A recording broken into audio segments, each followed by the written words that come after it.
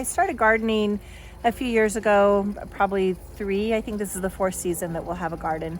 First year was very simple. It was just to get my feet wet, see if we could actually do it. We realized we had amazing soil here. The next couple of years, we built it up slowly. I went from just beds on the ground, mounded, to having some garden boxes built by my husband out of a fence that blew down, and we repurposed it into our garden boxes.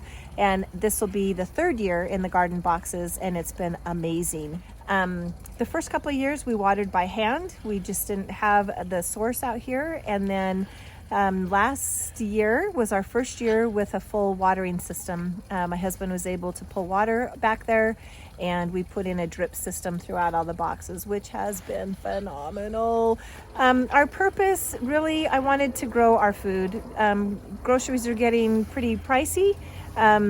My husband was diagnosed with cancer, and I wanted to get less preservatives in our system and see if that might help us both feel better about life. And again, it's been an amazing adventure.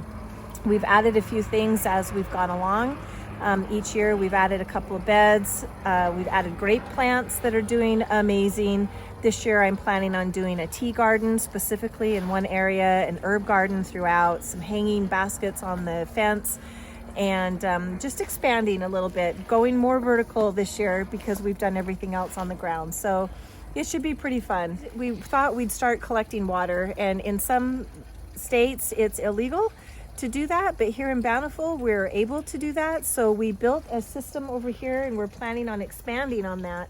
But all of our water from our house, when it rains, comes into these 2 containers, and then we're on what is called Weber water. It's irrigation water, and so we're limited throughout the year, and this next year is going to get a little tricky. They're putting meters on all of us, and so if it's raining, we're collecting, and our drip system in the garden can be hooked up to this as well, so we can do off of the irrigation or off of rainwater. We've added chickens last year, which has been a great adventure. I never knew how fun they would be.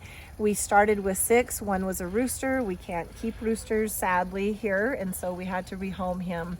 But we do have 5. We're doing them for eggs, and we're going to redo their coop this year as well. We're going to give them a bigger coop and a bigger run so that they can free range. I let them free range in the garden at the end of the season. I got all my boxes prepped and ready for fall, and then let them go out and they wreak havoc. So, but hopefully they've got all the grasshoppers and anything that was invasive last year. We had a huge grasshopper problem last year. Hopefully they've taken care of that. Come March, they will not be free ranging because there will be seedlings and stuff in the ground, and they will not be allowed out there. But our purpose is really with this show is to show you, those of you that are urban people, have a little piece of lot, you can do it. You can do it in your neighborhoods, and we get enough produce to put us through the winter and share with my parents and family. It's a lot of fun. I've learned a lot of canning as well. We'll show you some of that as we go into the year. So let's start with the first planting of the season. January is normally not a time to start, but we're starting seeds out in the outdoor greenhouse this year. We've got a few things going in there. I'm going to be doing onions and asparagus for January. You'll see those getting planted up, and hopefully this is the first year outside, so we'll see what happens.